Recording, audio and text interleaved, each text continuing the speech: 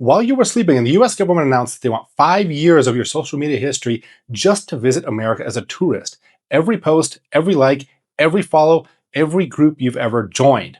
And this doesn't just apply to people from so-called high-risk countries. This applies to citizens of the 42 trusted allied nations, the United Kingdom, Germany, France, Australia, countries that have enjoyed visa-free travel to America for decades. I'm Brad with Evolution Expats. What I'm about to share isn't just a US story. This is a preview of where global immigration is heading. Everyone is doing it. After more than 10 years in this space, I've noticed patterns and I've learned to recognize what's coming before it gets here. It is absolutely unmistakable. The era of your digital life being separate from your immigration status is over. Stay tuned, because I'm going to show you why this announcement is just the tip of the iceberg. I'll walk you through the other countries that are already doing this that most people don't even know about. I'll share cases of people who have been denied entry or deported because of something they posted online. And most importantly, I'll explain the one legal status that protects you from all of this and why waiting to secure your future isn't a sound policy. But first, if you're not already subscribed to this channel, now is the time. Immigration rules worldwide are changing faster than at any point in modern history.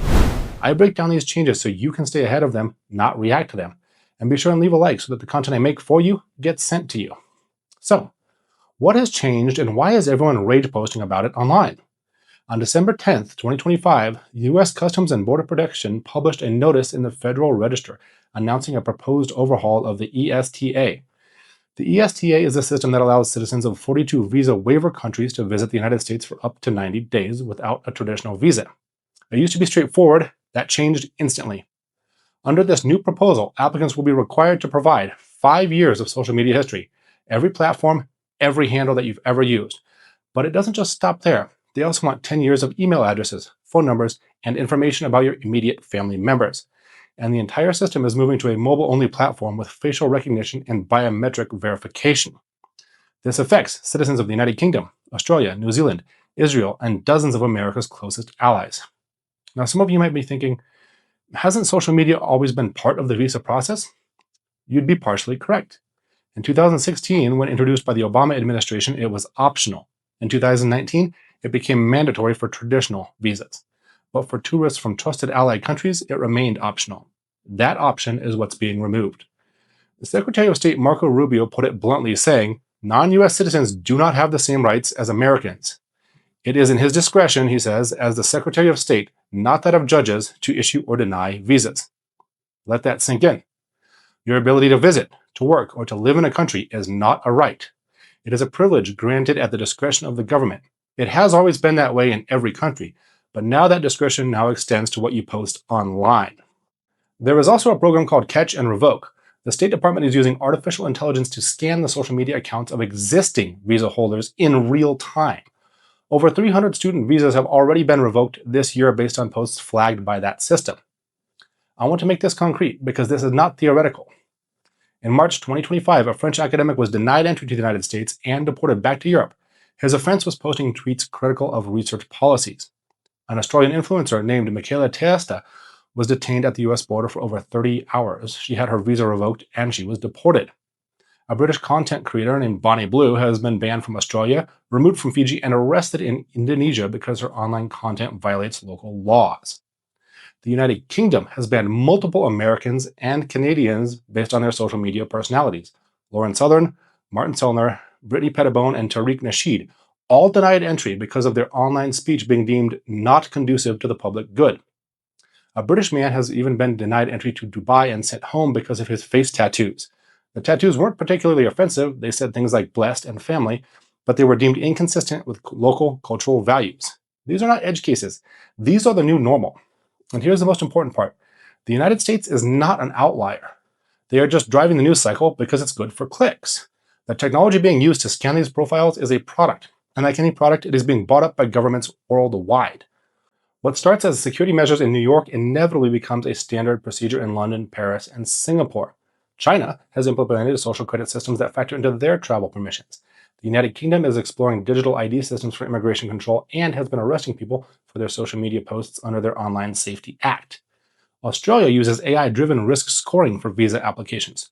Colombia already requires visa applicants to provide their social media usernames.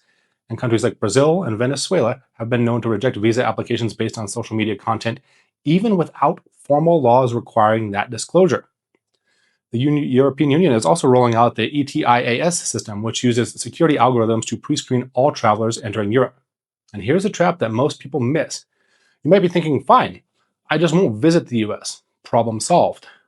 It is not solved because the United States, the United Kingdom, Canada, Australia, and New Zealand form the Five Eyes Intelligence Alliance. These countries share immigration and security data.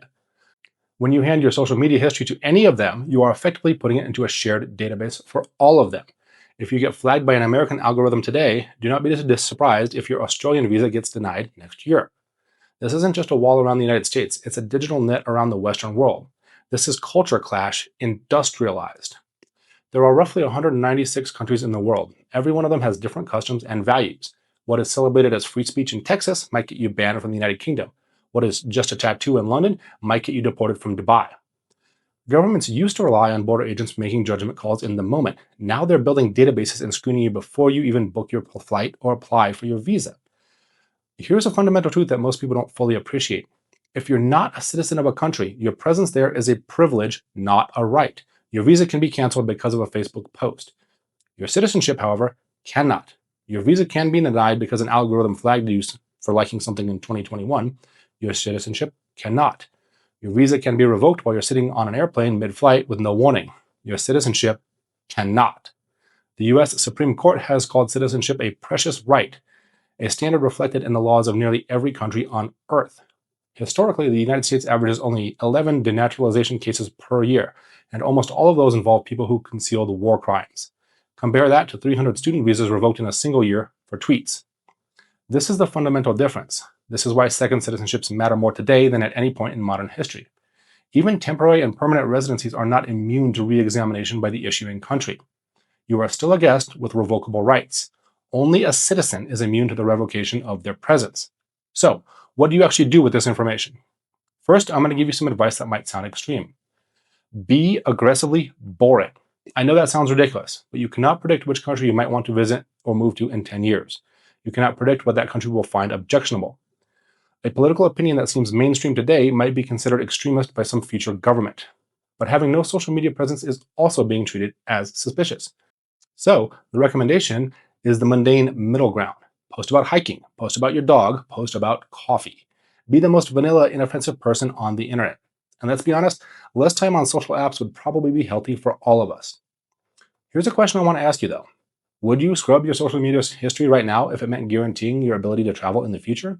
Or is that a step too far? Let me know in the comments. Now, beyond social media, here's a couple other things that you can do right now.